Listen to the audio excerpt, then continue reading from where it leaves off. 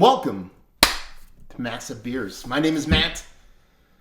We do beer stuff here. That's what we do. Well, we do a lot of different stuff, but we make our camera not point in the right direction, and we do that. But yeah, it's America Day. America Day. A little bit of 4th of July weekend.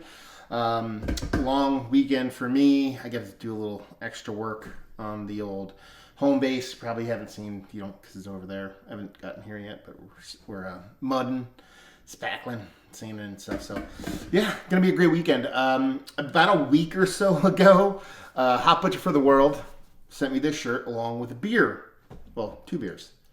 They sent this beer to be exact. And the other one is Wakamania. This is Alemerica the Beautiful. So I figured I'd do like this America themed video and kind of chit chat about things along the way. How about we do that? So we'll see what's what.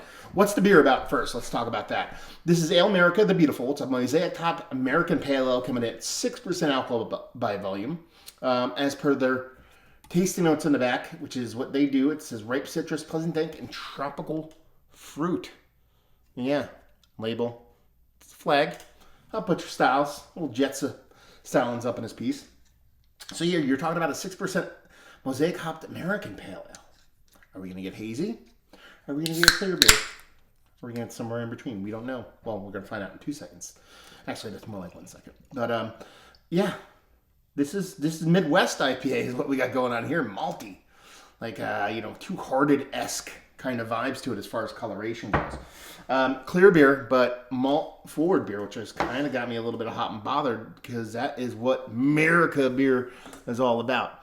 Rich amber in color. It has that kind of, like I said, that Midwestern IPA, Two-Hearted to a T kind of color to it. But you have to realize, we're talking 6% here. We're not talking a big beer, so you're talking about caramel malts, a little Marzada maybe, something along those lines, a malt-driven, what I'm assuming is going to lean a little bit kind of West Coasty kind of IPA.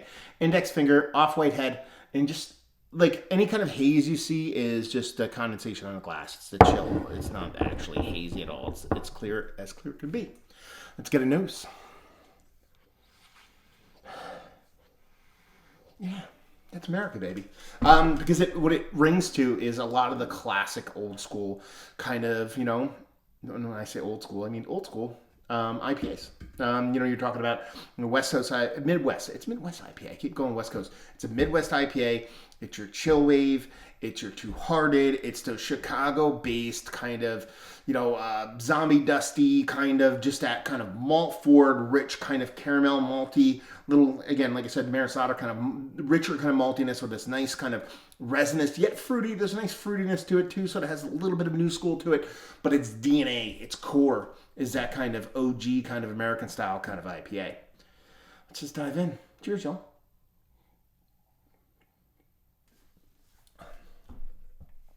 That's delicious. Yeah. It's like I talk about the West Coast. You talk about the East Coast. You talk about that Midwest. This is a Midwest with a really heavy dollop of West Coast influence. So Midwest with West Coast influence, but new school kind of hopping in it. There's almost like a bubblegum kind of vibe to it. As far as how the yeast kind of comes off, so you get a little bit of that new school New England style kind of bubblegummy kind of vibe to it. You get this nice kind of big fruity citrus leaning, acidic citrus, kind of grapefruit leaning kind of citrus, but it is fruity. There's a floral fruitiness to it too. And then that malt really is kind of driving it home. You can tell this is not a brewer sugars based beer. This is a beer that has like straight malts in it. They're not trying to hide the malts at all. They're using it as a delivery system for even more flavor, and they're just not afraid of using it. And it kind of goes back to what, this country's all about when it comes to beer. We're talking about the Sierra Nevadas of the world, those kind of breweries that really North Coast and those classes of, the 70s and 80s that really brought kind of beer to a head and what they brought to the beer game. Even the breweries that used to be, the Bells of the world, the founders of the world before everything went sideways with all that. It is just what beer was. And it kind of seems like a celebration of that, and I kind of dig that. It's a very tasty beer. Thank you very much. This comes from Hot Butcher, by the way. I don't know if I mentioned that. Jeremiah. Yeah, it's good stuff, man. It absolutely is. And it's weird. at this time, and this is where, you can shut this off if you don't like people talking about non-beer review stuff. It's such a weird time in this country, as we're going backwards. Like, there's a lot of people that call themselves patriots and loyalists and people that follow the Constitution, and they really kind of America, and they're the exact opposite of that. With the overturnment of Roe versus Wade, and kind of how all these kind of laws and directions the United States is kind of moving towards. It's a weird time to celebrate the independence of the United States. A lot of people view that almost as, and my buddy Keith, 92 Vampire, would probably be one of those people to be like, it's not something to be celebrated, not something to be proud of. I'm really, I am proud to live where I live and be in the country I am in, because of the things we have done in the past, but we're starting to move towards something different now, and that's kind of scary. As much as those people say, we're moving away from American values and how we're shifting towards just not being what made this country awesome. I think it's the exact opposite. I think we're moving towards radicalism and just crazy insanity, and to kind of take that wide turn and kind of circle back towards the beer. It's kind of what this beer represents, and it's a very pretty thing, is that you can look towards your past, and people can view it a couple different ways. A new school person who doesn't really understand the history and what beer is all about could look at this and be like, wow, Hop Butcher really dropped the ball on this one.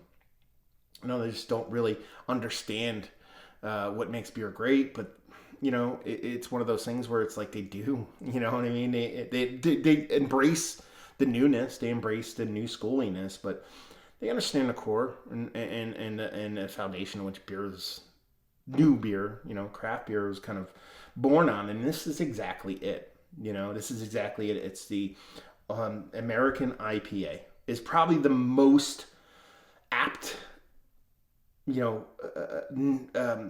the word I'm looking for? Definition of a beer. A lot of people write on the front here, they'll write like, American Pale Ale or American IPA, and it's not that. It's something that's new and different. My screen is kind of getting a little weird and wonky and stuff because my power thing is up, so it looks all juddery right now. So if I look like I'm on acid, I apologize.